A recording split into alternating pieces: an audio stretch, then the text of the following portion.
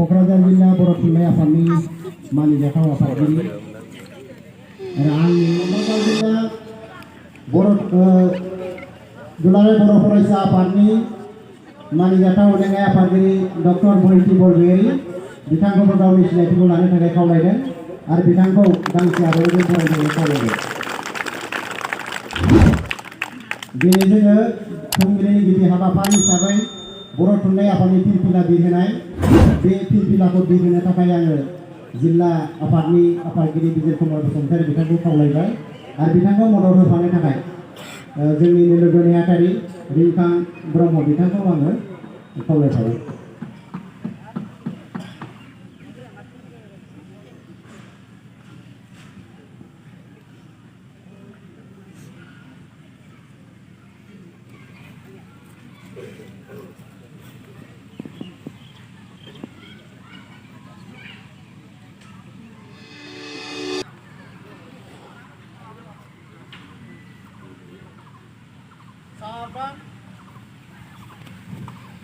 Salute.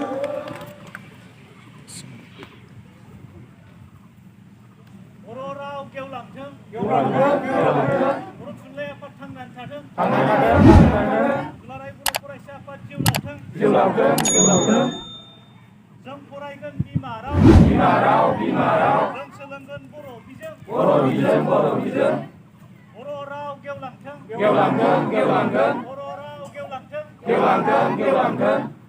down. Salute down.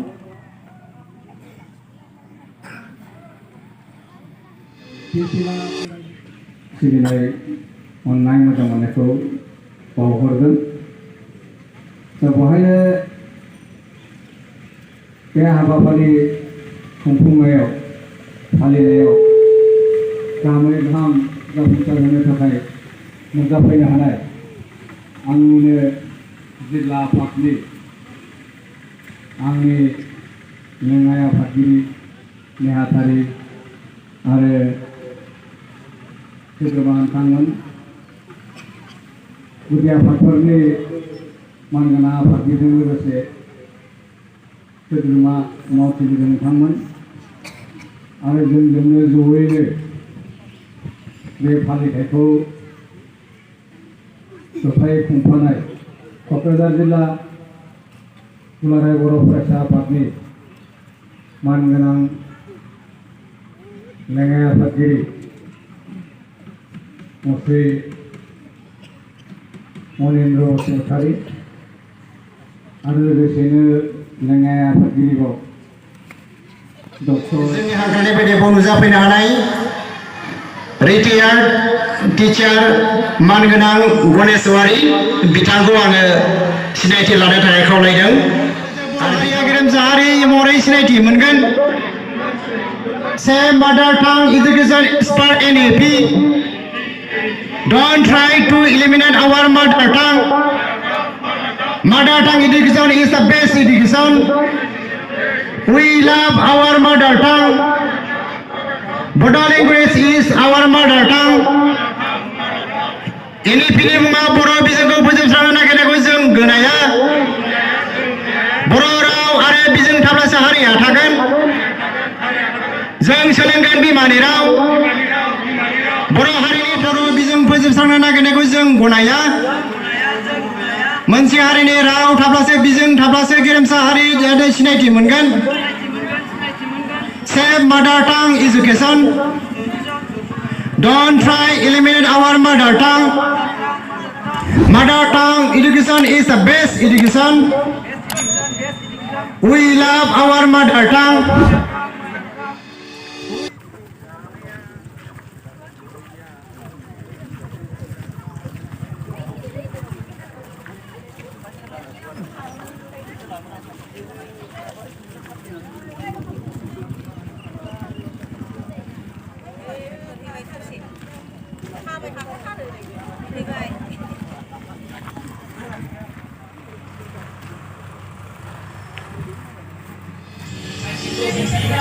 Dari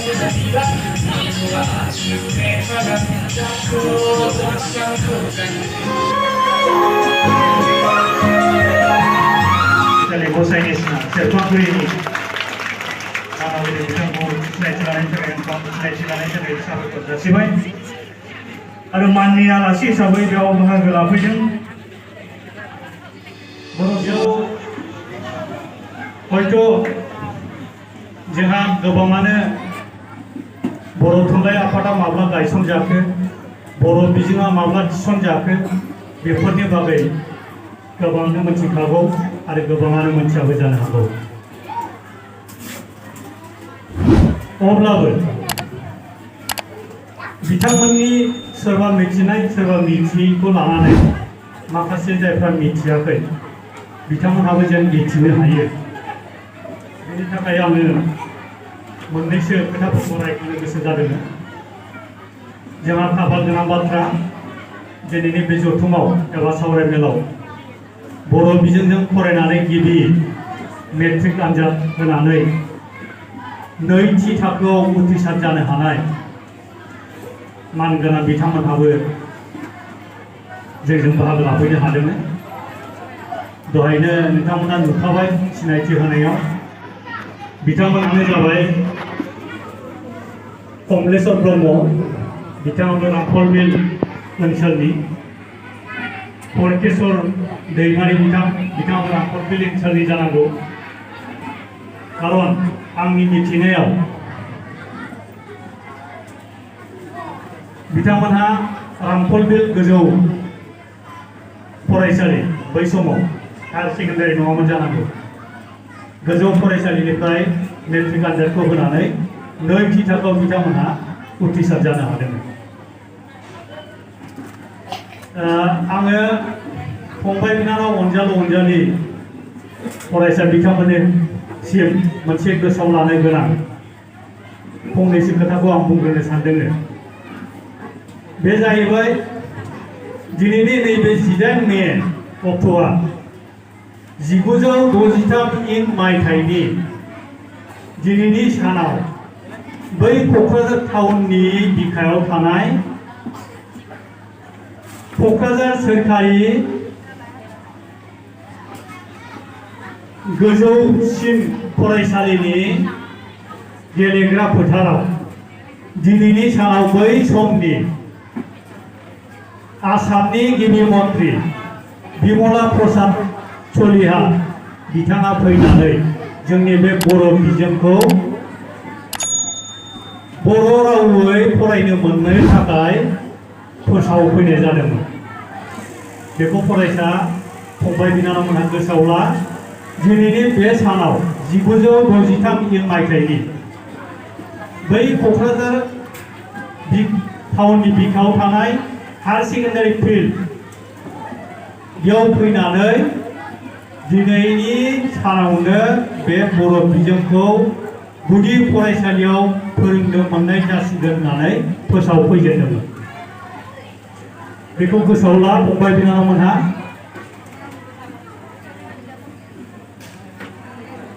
दानिया बेखौ माब्रै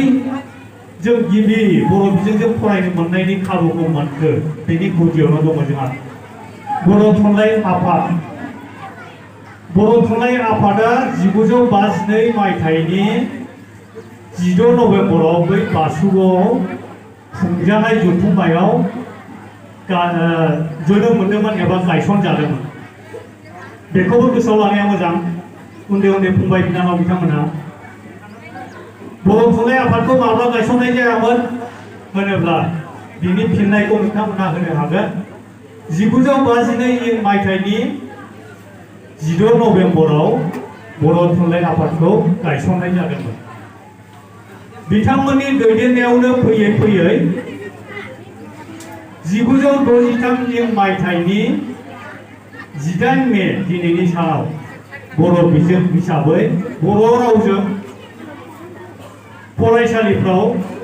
फरायनो मोननायनि मोन्थाइखौ दिनैनि सानावनो जों मोननो हादोंमोन गोसोआव ला बेनिफ्राय बिदिनो फैयै फैयै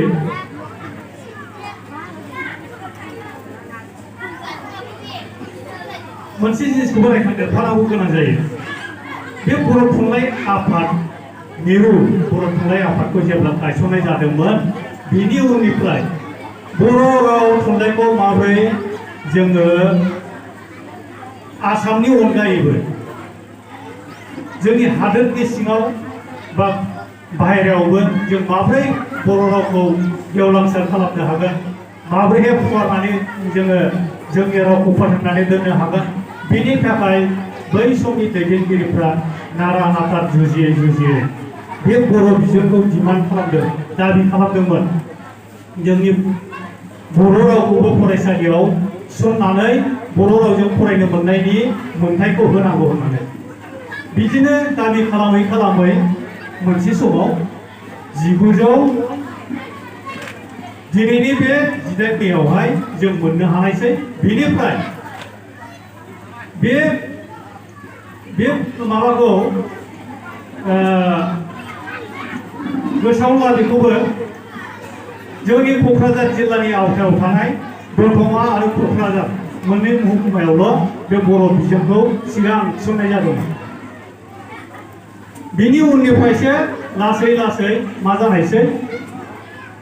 आसामनि माखासे बर' मैखोम थानाय ओनसोलफ्राव बर' बिजोंखौ लासै लासै गायसनलांनाय जादों बेनिफ्राय सारा आसामाव लासै लासै गोसारनाय जादों फैयै फैयै जेब्लानाखि थाखो 1 निफ्राय गुदि फरायसालियाव फरायजेननानै थाखोबा मोनहैनाय जायो होमब्ला जोंहा मोनसे जेंना सोमजिबावदोंमोन फरायसालियाव गेजेर फरायसालियाव बेयो जाहैबाय 1968 मायथाइयाव जेब्लानाखि क्लास 5 आव एडमिशन लानो गोनां जायो एडमिशन लाहैयो बे समाव दानिया बर' बिजोंजों फोरोंनो थाखाय फोरोंगिरिबो गैया फरा बिजाबबो गैया बे रोखोम मोनसे आंखाल सोमजिदोंमोन जोंनि गेजेराव बेखौबो बै समनि दैदेनगिरिफ्रा नारा नाथा जुजिनायनि गेजेरजों बेखौबो लासै लासै फोरोंनो हानाय जादों बेनि उननिफ्राय मा जाहैबावबाय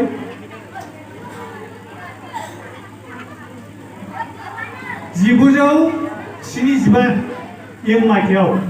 जेब्लानाखि बर' बिजोंजों फरायनाय फरायसाफ्रा मेट्रिक आनजाद होनांगौ जायो बेवहायबो मा जेंना सोमजिदों मिथिगौ बे समाव असमिया स्क्रिप्ट असमिया हांखोजोंसो बै समनि बर' बिजोंनि फरायसाफ्रा फरायबोनाय जादोंमोन बेवहायबो फरा बिजाबनि आंखालनि थाखाय बिथांमोनहा जेरैबायदि फरायनानै आनजादखौ होनो हानाय जानांगौमोन बे रोखोम हानाय जायाखै जेब्लानाखि 1975 मायथाइयाव मेट्रिक आनजादखौ जिरायनाय जायो बेयावहाय गासै बर' बिजोंजों फरायनाय फरायसाफ्रा 612सा बर' फरायसाफ्रा मेट्रिक आनजादाव जिरायदोंमोन बेखौबो गोसोआव लानो दै मोनसे समावहायथ' कुइजफ्रावबो फैनो हागौ सोरबा मिथिनाय जानो हागौ सोरबा मिथिया जानो हागौ आं ओंखायनो बुंदोङो जेब्लानाखि गिबि मेट्रिक आनजादखौ होदोंमोन बे समाव गासै 612सा बर' मिडियामजों फरायनाय फरायसाफ्रा मेट्रिक आनजादखौ जिरायदोंमोन बेनिफ्राय गासै मात्र सेकेन्ड डिभिजन आरो थार्ड डिभिजन 8-9सा फरायसाफ्राल' मेट्रिक आनजादखौ उथ्रिनो हानाय जादोंमोन 523सा फरायसाफ्रा फेल जादोंमोन आरो फार्स्ट डिभिजनाव सासेबो उथ्रिसार जानो हायाखैमोन बेखौबो गोसोआव लानाया मोजां बेनिफ्राय मा जाहैबाय बियो 1976 मायथाइनि बाथ्रा बियो मेट्रिक आनजादनि रिजाल्ट मोननाया बेनिफ्राय जेब्लानाखि फैयै फैयै 1977 मायथाइ जायो होमब्ला बर' थुनलाइ आफादा सिलभार जुबली रुफाथि मायथाइ बे बोसोराव आगान होबायमोन बे 1977 मायथाइनि 18 17, 18 आरो 19 फेब्रुवारि अब्ला बेवहाय नैबे क'क्राझार बाटारमारि बे क'क्राझारनि बाटारमारि गामियाव बेनि सोमोन्दै सिगांनि बेखेवगिरि मेल बेखेवगिरि बिथाङा गुवारैनो बेखेवलांबाय बेजों आङो फंनैसो खोथा दाजाबनो नागिरदों जे बर' बिजोङा बर'फोरनि थाखाय मोनसे बोर बर' बिजोङा बर'फोरनि थाखाय थांनानै थानायनि गुदि खुन्थिया बर' बिजोङा बर' हारिनि सिनायथिनि गुदि फुंखा बर' बिजोङा बर' हारिनि थांनानै थानो जुजिनायनि सोमावसारनायनि गावखौ सिनायथि होनो जान्जि खाफ्रानानै बिखाफोर दाननानै गावगावनाय सोमावसारारि हान्जाफोरनि थाखाय बेयो गुदि फुंखा दिनै जों बर'फ्रा गावनि राव थुनलाइखौ लानानै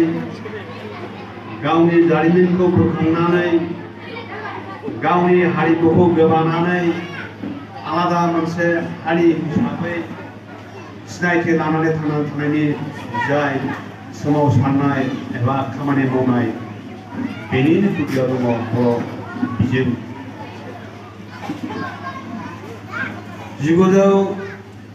1987 मायथाइनिफ्राय दुलाराय बर' फरायसा आफादनि दैदेननायाव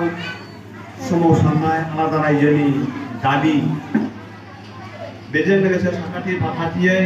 हाथियार हमनानै दैदेनग्रा हाथियारनि गेजेरजों बर'नि थाखाय आलादा रायजो एबा आलादा सिनायथिनि थाखाय जुजिग्रा हान्जाफोरनि थाखायबो बे बर' बिजोङानो बिनिनो गुदि फुंखा होननानै आं बुंनो नागिरो मोनसे हारिया थांनानै थानो थाखाय सोलोंथाइया जोबोद गोनां जायो जाय हारियाव सोलोंथाइ दङ बे हारियासो थांनानै थायो सोलोंथाइ गैयै हारिया बियो आथिं थोंनैब्लाबो मानसिब्लाबो मानसि गुबै हिसाबै थानांगौआ गोब्राब आं आगान बायदिया बेयाव गोबां दङ नायगावआवबो गोबां दङ क'क्राझार जिल्लायावबो गोबां दङ नाथाय दिनै आंखौ सावरायगिरि हिसाबै बेयाव लिंहरनायनि गुदियावबो दङ आंनि मुंनि सिगाङावहाय डक्टर डिग्री दङ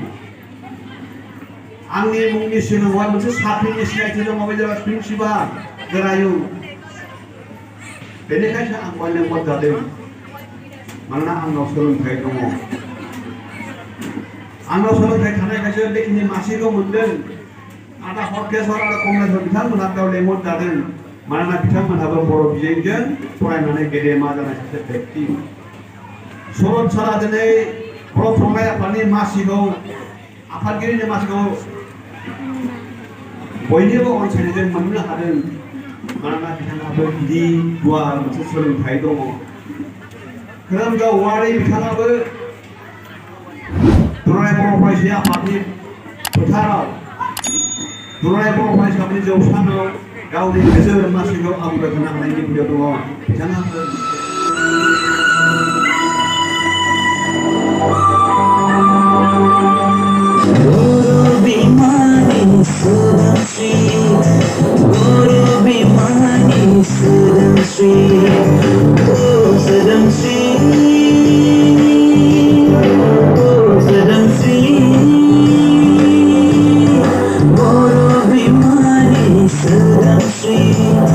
Bodo Bimani Sadam Sri